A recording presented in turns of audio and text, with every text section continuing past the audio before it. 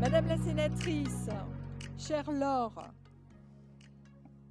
Monsieur le Président du département, cher François, Mesdames et Messieurs les maires, chers collègues, Mesdames et Messieurs les élus, Mesdames et Messieurs les représentants des forces de l'ordre et des forces de secours, Mesdames et Messieurs, chers Montgeronais. 10 ans. Voilà déjà 10 ans que l'aventure a commencé. Cela paraît bien long, et pourtant si peu à l'échelle de la vie communale. C'est avec un peu d'émotion et beaucoup de reconnaissance que je veux me rappeler avec vous ce soir ces 10 années de travail, de rencontres, de combats aussi, pour améliorer le quotidien des Montgeronais et redorer le blason de notre ville qui ne demandait qu'à s'épanouir. Chaque année, nous rénovons, nous aménageons des jardins, des espaces végétalisés, nous modernisons des écoles, nous rassemblons autour de festivités qui sont autant de moments de rencontre et d'échange. Nous organisons des concertations, nous structurons un budget tout à la fois ambitieux mais réaliste.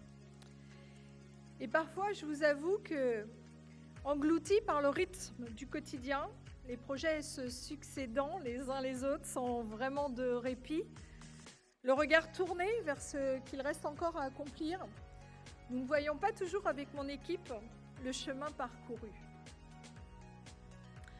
Alors en dressant ce bilan de cette décennie, j'ai mesuré vraiment à quel point le Montgeron de 2024 était devenu tellement plus attractif que celui trouvé en 2014. Redevenu aussi synonyme de fierté pour ses habitants. Je vais vous raconter l'une de mes dernières rencontres, celle avec un vieux Montgeronais qui m'a beaucoup touchée. Il m'a dit « Vous voyez, Madame le maire, j'ai un âge auquel je n'ai malheureusement plus l'espoir de revoir mon pays, la France, en bonne santé.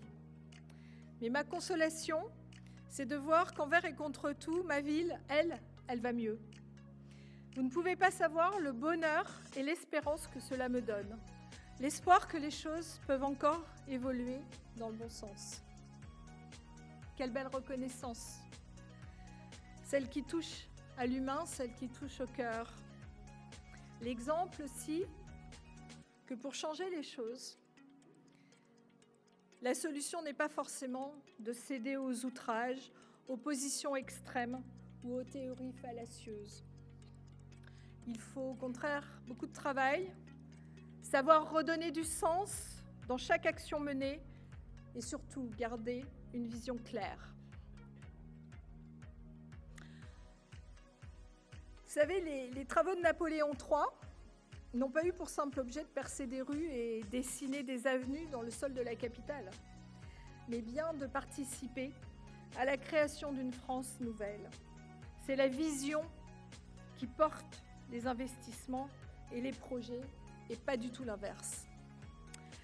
Ce qui est vrai à l'échelle nationale se vérifie aussi à l'échelle locale.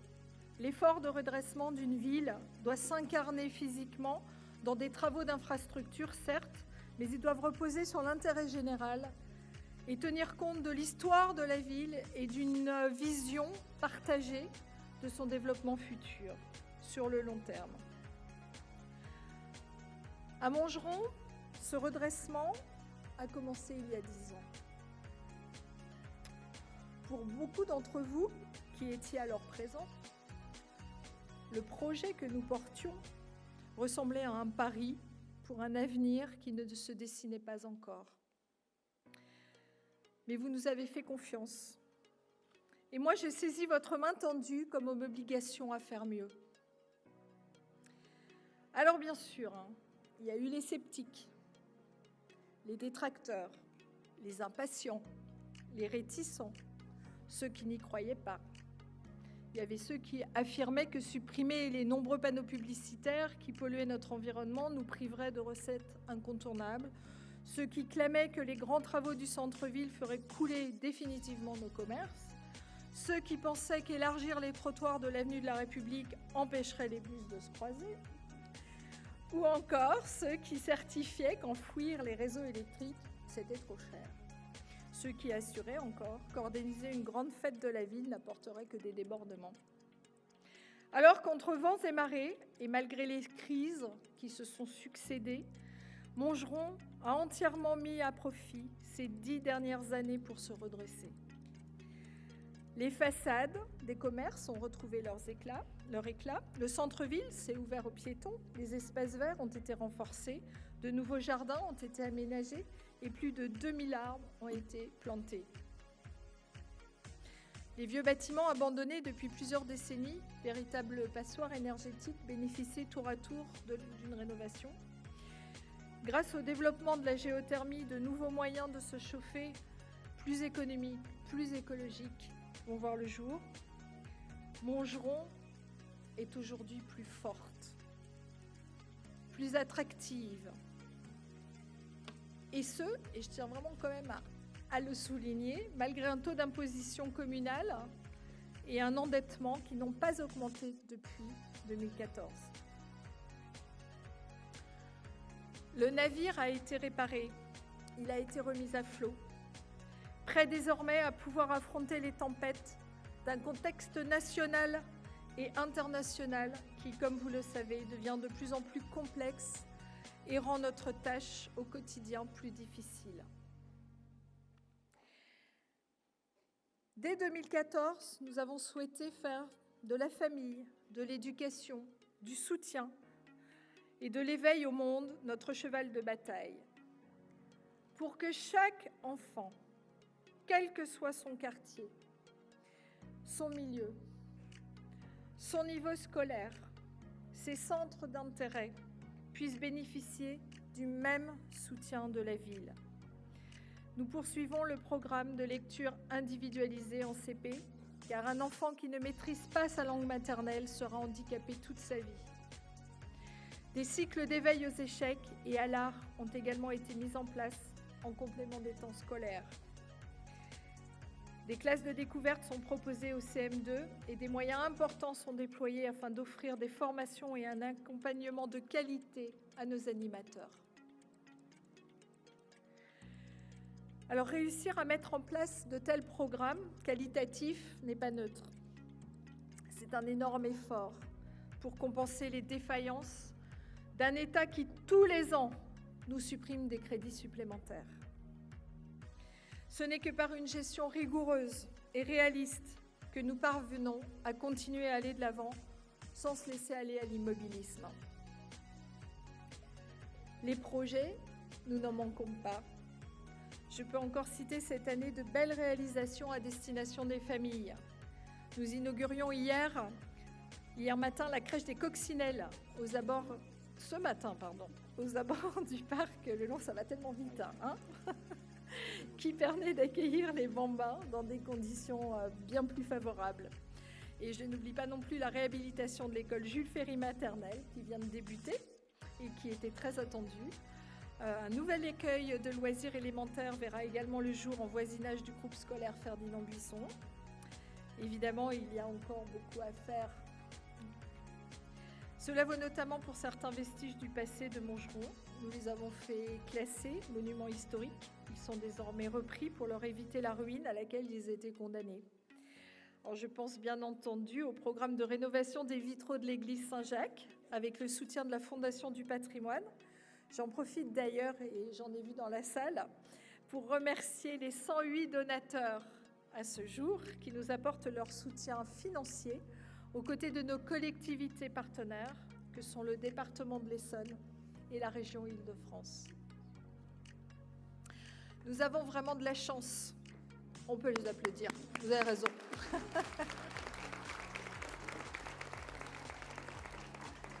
Et vous avez raison de les applaudir parce qu'on a vraiment beaucoup de chance de pouvoir compter sur leur soutien indéfectible. Sans eux, nous ne pourrions pas faire autant.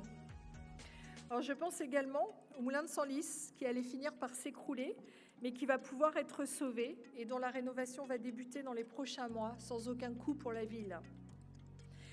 Certains projets sont difficiles, sont plus difficiles. Certains pensaient même qu'ils étaient irréalisables. et parfois, ils ont pris davantage de temps. Ils ont vu le jour grâce à l'intelligence et au succès d'un travail collaboratif. Ce que nous ne pouvons faire seuls, nous le faisons et nous avons l'audace de le faire à plusieurs. Ça marche. Un nouveau centre de santé a ainsi ouvert ses portes avec l'hôpital de Villeneuve-Saint-Georges. Une montée en charge des prises de rendez-vous encore ténue et des consultations est prévue dans les prochains mois. Un bassin d'emploi et de services va voir également le jour dans le quartier du Réveil Matin, où les sociétés Blue Space et Spirit poseront bientôt leurs valises. Elles offriront des solutions de micro-stockage, d'espaces de bureaux pour les entrepreneurs et créeront de l'activité artisanale. Cette entrée de ville prendra ainsi une autre dimension, avec également l'agrandissement de la fabrique à neuf, notre belle ressourcerie du Valdière-Val-de-Seine.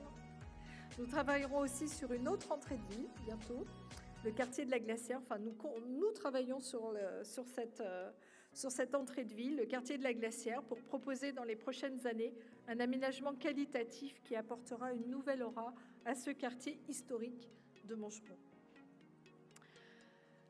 Alors, vous le savez, nous accordons beaucoup de vigilance à l'espace public parce que c'est le bien que nous avons le plus en partage.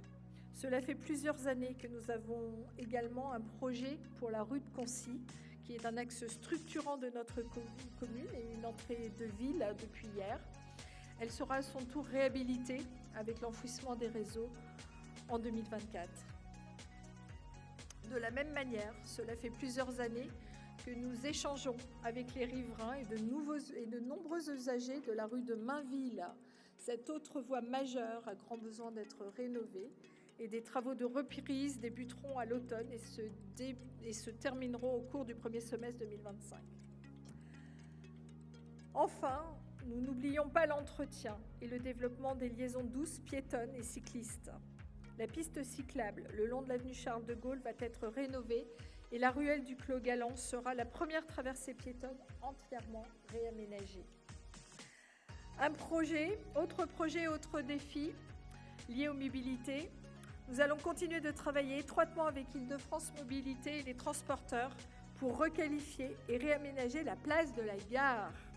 Et nous devrions pouvoir vous présenter un projet à discuter d'ici la fin du premier semestre. Ça a été un long travail, mais on finit par aboutir. Et c'est vrai que c'est aussi une de nos entrées de ville. On n'y pense pas toujours, mais c'est une entrée de ville majeure de la ville quand on sort de la gare. Montgeron fera également honneur à son label Terre de Jeux, en achevant l'été prochain la rénovation du gymnase du Cossec, qui sera inauguré pour la rentrée scolaire 2024. Des équipements de sport en accès libre que vous avez élus lauréats du budget participatif seront aussi réalisés. Donc des terrains de basket 3x3, récents sports olympiques, seront inaugurés en avril prochain. Et des structures de tennis de table, tech-ball et fitness vont être mises en place au sein du parc Le Long d'ici le printemps. Ce souffle des Jeux sera décliné sur l'ensemble des événements de la ville cette année et bien entendu sur la fête de la ville, en partenariat avec nos associations sportives bien entendu. Nous permettrons à des bénévoles, des adhérents et des élèves montgeronais aussi de découvrir la magie des Jeux cet été en assistant à certaines épreuves. Cette magie des Jeux viendra également jusqu'à nous, puisque comme vous le savez, le lundi 22 juillet prochain, nous aurons le passage de la flamme olympique qui traversera le Lit, la rue Raymond Pommier, passera devant le lycée, le Carré d'Art, avant de plonger vers le Réveil Matin. Clin d'œil bien sûr évident au départ du premier Tour de France et à son premier vainqueur qui était... Bravo! Il y en a qui suivent, Maurice Garin. Et c'est pour ça que la zone commerciale s'appelle la zone Maurice Garin. Je tiens à remercier très chaleureusement François Durouvray, qui est à mes côtés ce soir, et qui nous a permis, en tant que président du département, de pouvoir bénéficier de cette chance incroyable, ce moment d'une vie et le moment d'une ville importante. Merci beaucoup François, je crois qu'on peut vraiment l'applaudir.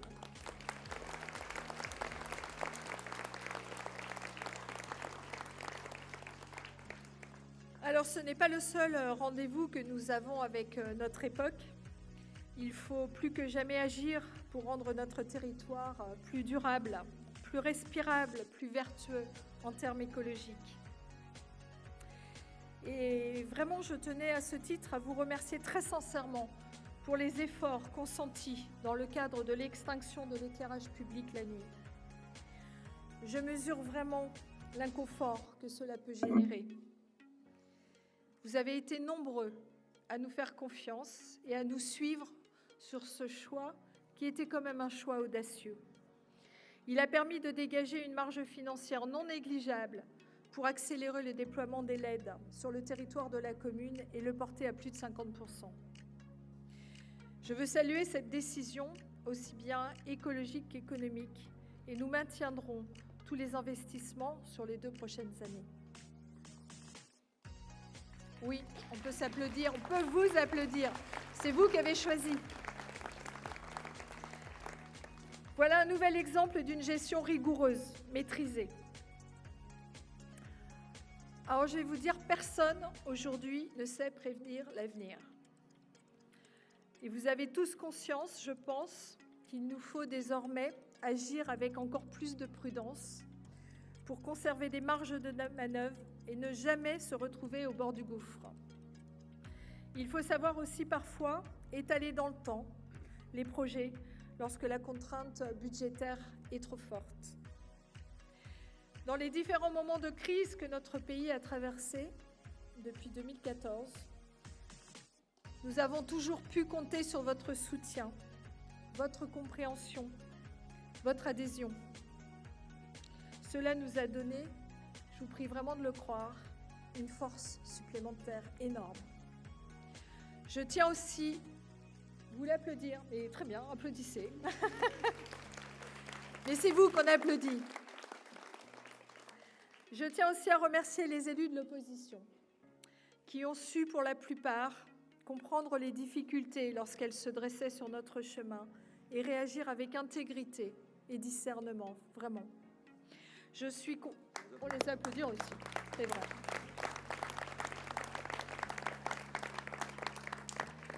Je suis convaincue que par-delà les clivages politiques, nous partageons tous la fierté d'être Montgeronnais et le souhait que notre ville continue à se développer et à rayonner. Changer les choses, ça demande beaucoup d'énergie.